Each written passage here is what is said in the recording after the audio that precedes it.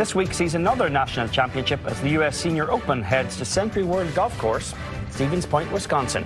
You can catch live first-round coverage this Thursday beginning at noon Eastern right here on Golf Channel. And the defending champion, Padraig Harrington, knows a little something about performing in majors.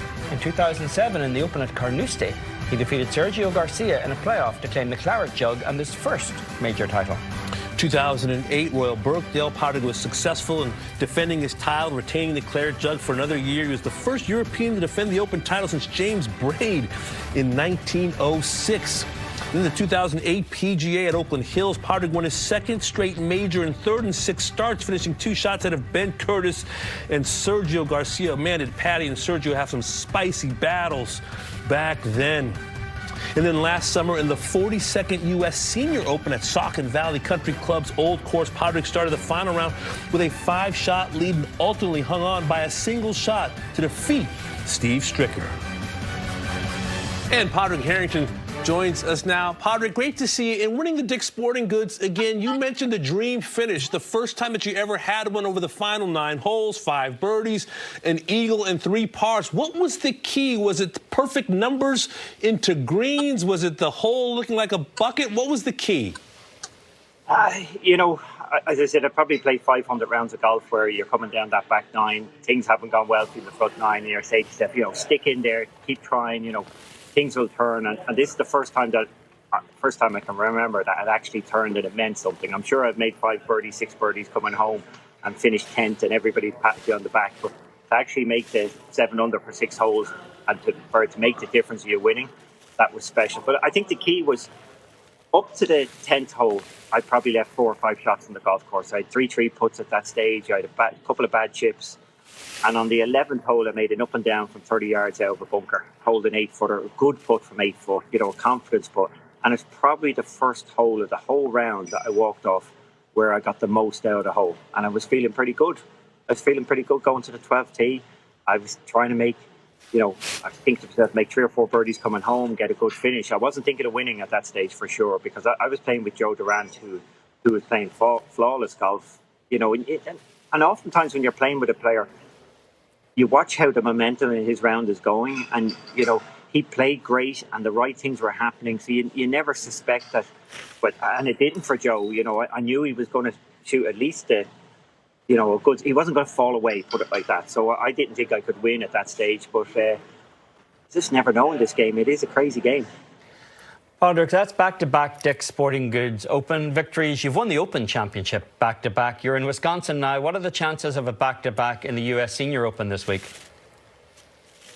Yeah, well, to be honest, my ball striking has improved over the last week compared to the US Open. I got a lot better with my ball striking. So I feel pretty good about my game.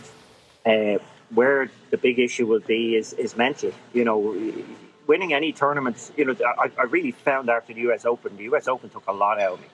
And I suffered the first day at the Dick's Sporting Goods Open. I made a lot of really bad mental errors. Recovered nicely for the weekend. And my goal this week is more about getting my head in the right place, getting so that I'm fresh when I tee up Thursday. It's not overdoing things, because winning takes a lot out of you. It doesn't matter who you are, the adrenaline coming down that stretch.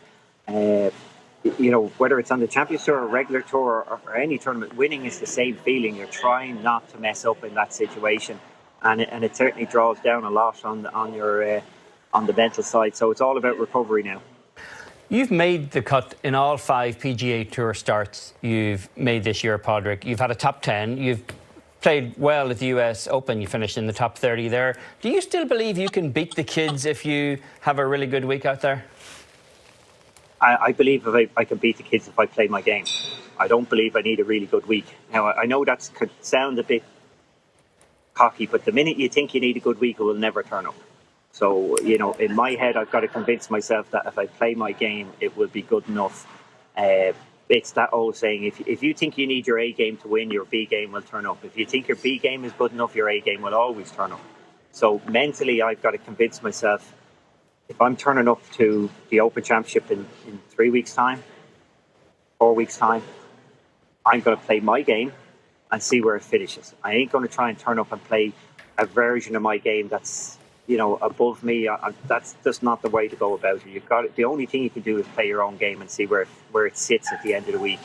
I can't get drawn into thinking I need a lucky week, and that would have been the difference in me. Pre-2007, every time I went to a major, was pre the Wingfoot 2006. Every time I went to a major, I felt like I needed to get lucky to win. From 2006 onwards, I had a good strategy, a good plan, a good preparation, and I knew that if I did my thing, I would be in contention. And the law of averages in golf is you get in contention enough, you're going to win some. So I was very confident in what I was doing in 2006, 7, 8, even 9. I think, as I said, as I got further away, maybe 2011 onwards, new kids came in the block like Rory, and all of a sudden I was looking over my shoulder and worried, was my game good enough? But, the best way to play your best golf is play your own game, believe it's good enough, and see where it finishes at the end of the week. Padraig, mentally, you still seem sharp. Physically, though, as well. I remember bugging you in San Antonio on the driving range. You had the track man out there. You were tipping out at 180 ball speed. I was stunned at the power and speed you can still create. How much is that a part of the formula to keep you competitive and where you want to be? It's important to be. I need it to be competitive with the young guys. As I said, I think the max I've got in course this year is 185. And mentally, I wouldn't be able to compete with the young guys if I thought I was giving something up. Or other people wouldn't be like that. So, like, if I come into the clubhouse afterwards and I hear somebody else reach a par 5, well, if I couldn't reach that par 5, I'd feel inadequate. It would ruin my whole game. And that's not the same for everybody. Honestly, different personalities in golf. And the worst thing you can do if you're a straight hitter, a straight short hitter, the worst thing you can do is try for length. It will ruin your game. But for me, I need that length just to feel like I can beat anybody. I couldn't handle if I teed up on a playoff hole and it was a par 5 and my playing partner could reach and I couldn't reach. And I know it only has a limited effect, but it would just psychologically affect me so badly that I need that speed to compete with the young guys. That's why I focus on it. It definitely helps. It helps me on the Champions Tour, big time, no doubt about that. But in the end of the day, when it comes to actually competing, once you have the speed, it's all about your mental game. It's all about your ability to trust what you're doing, make good decisions, and not second guess yourself. Padraig, you're obviously playing well. You obviously have confidence that comes from playing well, and you have a great deal of experience. Would you be a good Ryder Cup captain's pick this year? A lot of people are talking about that. I don't think that the championship should be taken into consideration. That's my only opinion. I know you'll like this, Eamon, but 54 holes with no cut is not the same thing as playing a 72 hole where you're under pressure. There's a big difference. Like even here this week, I'm playing a Champions Tour event, 72 holes, but I'm going to say it. Imagine saying that I'm not going to miss the cut this week, if you know what I mean. So that's and again, against the elevated events, I think you have to have a cut in your tournament. There's a pressure in making the cut. It's a horrible pressure. So I think, personally, I think 50% of the field should make the cut, 40% of the field should get world ranking points. That's the way I look at all these things. But if I play well enough in regular events to be considered for a pick, that's great.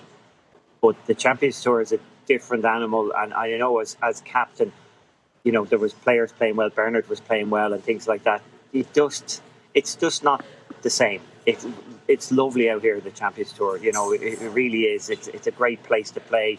You enjoy the events. But like at the US Open, I probably spent 2 hours a day in physio trying to keep myself ready for the day. At the Champions Tour, I play in a cart. I drive around. I enjoy myself. So it's not the same thing. That's all I'll say.